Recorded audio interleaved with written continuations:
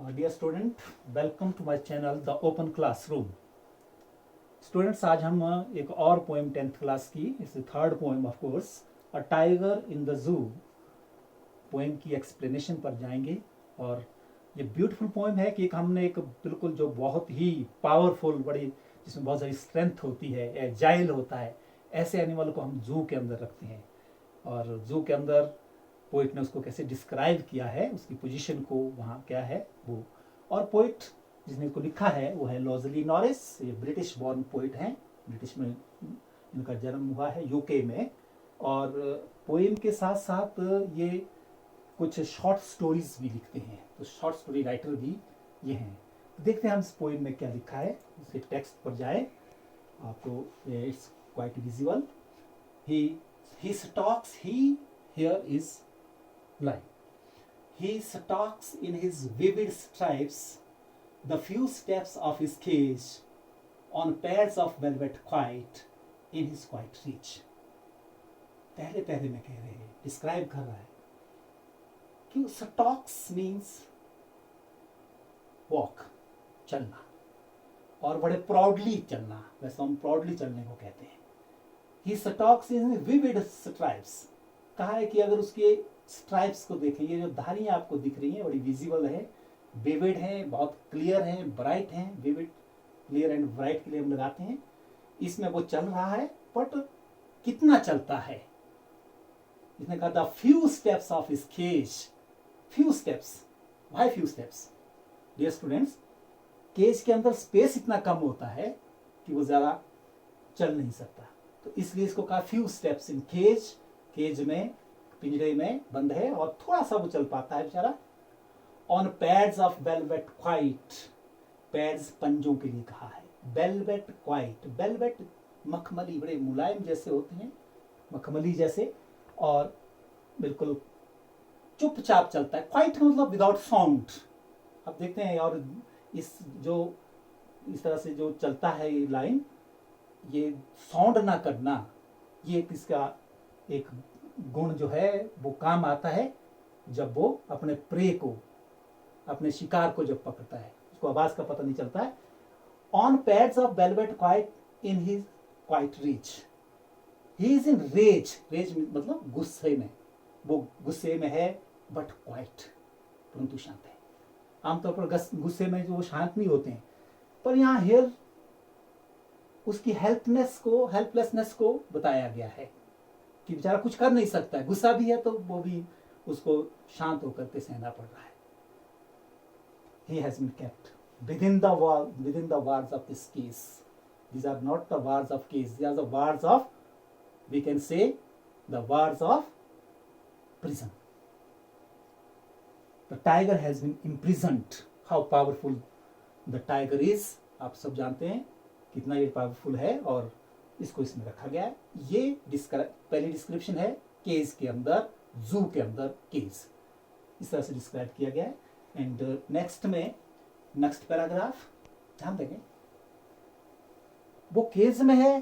Poet सोच रहा है भाई केज में नहीं होना चाहिए, but where should he be, कहाँ होना चाहिए? वो कह रहा है he should be lurking in shadow, sliding through long grass near the water hole where plump deer pass. Poet has described it wonderfully. कि क्या कह रहा है कि वो पोइट कह रहा है कि केज के अंदर नहीं, केज के अंदर इसकी सही जगह नहीं है। असली इसका जो नेचुरल हैबिटेट है ना, वहां इसको होना चाहिए। कहां होना चाहिए? He should be lurking in Shadow. Shadow कहां होती है? फॉरेस्ट में, जंगल में। जंगल में वो लर्किंग करता हुआ दिखाई देना चाहिए। लर्क, घात लगाकर हमले के लिए तैयार होना। चाहे उसका कोई शिकार है, वो घात लगा के बैठा है, और वो वहां बड़ा अच्छा लगता है वो, क्योंकि उसका नेचर ये है। He should be lurking in shadow, sliding through long grass. Long grass में, लंबी लंबी ग्रास में स्लाइड करता हुआ वो दिखना चाहिए। And near the water hole, और कहां होना चाहिए? वो वाटर होल के बीच, पास, जहां पानी है उसके पास। क्या करता हुआ?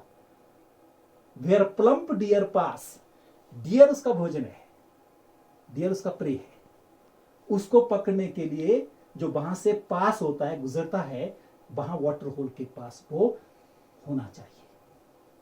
He should be seen lurking, he should be seen sliding in the long grass, and he should be seen near the water hole. Water hole पानी की जगह, पानी की जो तालाब वगैरह जो भी है वहां पर ही बहुत होना चाहिए. पोइट कह रहा है यहां होना चाहिए. नेक्स्ट पैराग्राफ में और पोइट कह रहा है और क्या करता हुआ अच्छा लगता है, उसका नेचर क्या है. He should be snarling around houses at the jungle's edge, bringing his white fangs, his claws, terrorizing the village. और क्या करता हुआ अच्छा लगता है. He should be snarling. Snarl is a word. इसकी आवाज के लिए, दहाड़ने के लिए कहा है. कहां दहाड़ता हुआ नजर आना चाहिए. Where should be he? Around houses, घर के चारों ओर. At the jungle's edge, जहां से जंगल शुरू होता है या जंगल खत्म होता है, उसके एज में गांव को स्नाल करता हुआ, दहाड़ता हुआ, वहां अच्छा लगता है. यार हमने कहा इसको कैद करके रखा. पोएट आय कह रहा है बेयरिंग हिज व्हाइट फैंग्स, अपने व्हाइट फैंग्स को. ये व्हाइट फैंग्स यहां दिख रहे हैं आप, लंबे लंबे दांत, जो टेरिंग टीथ, ये क्लाज, इसके पंजे, इनको वो नंगा करता हुआ ऐसा वो दिखना चाहिए जैसा ये पिक्चर में दिख रहा है. कहा bearing his white fangs, his clause, terrorising the village, गांव को डराता हुआ, दहाड़ता हुआ, ऐसा वो दिखना चाहिए. It's his nature. But there we have kept the strongest animal of the world. We have kept him behind the walls of cage. The poet says, the proper place for living for a lion is forest. He should be there. But next paragraph में क्या कह रहा है? But he is locked in a concrete cell. इसको lock किया है. Where? Concrete cell में. His strength behind bars. His strength behind bars. Stalking the length of his cage, ignoring visitors. But where is the tiger? Where we have kept the tiger? Lion. हमने lion को कहाँ रखा है? हमने तो इसको जहाँ वो जंगल में होना चाहिए थे, और हमने कंक्रीट सेल में, जो सीमेंट से बने हुए दीवारें हैं, जो ईंटों से बनी हुई दीवारें हैं, ऐसी कोठरी में, कोठरी सेल, उसमें हमने उसको लॉक करके रखा है. His strength behind bars. कितना स्ट्रॉन्ग, कितना पावरफुल एनिमल है. सारी उसकी जो स्ट्रेंथ है, उसकी पावर है, उसके काम नहीं आ रही है. वो उसके काम नहीं आ रही है. सो इमेजिन, हम जो ह्यूमन बीइंग है, हमारी पावर्स जो होती है, जो भी पावर है, हमारी थिंकिंग पावर है, जिसे हम डिफरेंशिएट होते हैं. सपोज हमारी ये सारी पावर्स कहीं बंद करके रखें तो हाउ डू वी फील, हम क्या महसूस करते हैं.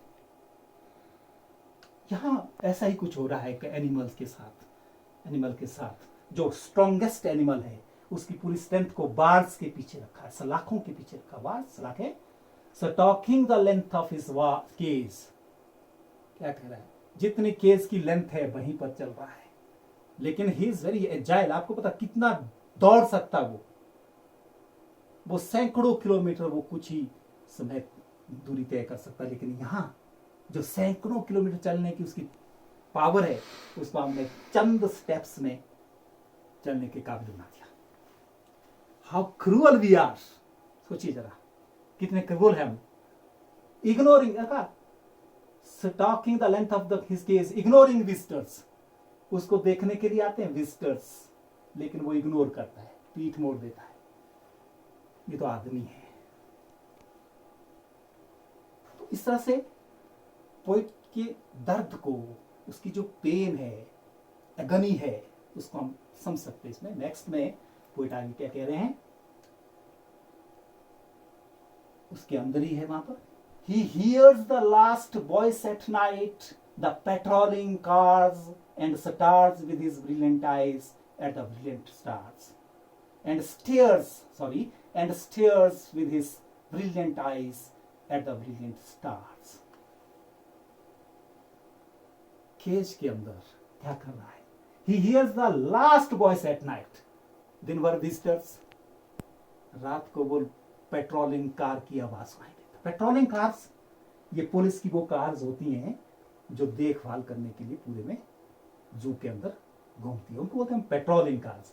नाइट को वही आवाज वो सुनाई देती है। और क्या करता है रात, पूरी रात भर वो सोता नहीं है, he doesn't sleep। तो क्या करता है, he and स्टेयर होता है एक टक होकर के देखना, बिना पलकें झपकना नहीं, एक टक होकर के देखना। जब भी हम स्टेयर करते हैं, कहीं एक टक होकर देखते हैं, तो क्या लगता है आपको कि हम कुछ सोच रहे होते हैं, ऐसा ही कुछ लग रहा है। Stairs with his brilliant eyes, अपनी चमकीली आंखों के द्वारा एक टक होकर के देख रहा है एट द ब्रिलियंट स्टार्स, आसमान में।